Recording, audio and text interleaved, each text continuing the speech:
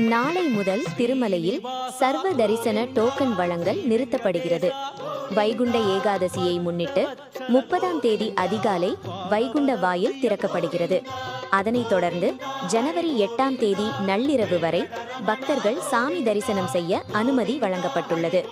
இந்த காலகட்டத்தில் பக்தர்கள் அனைவரும் வைகுண்ட வாயில் வழியாகவே அனுமதிக்கப்படுவார்கள்.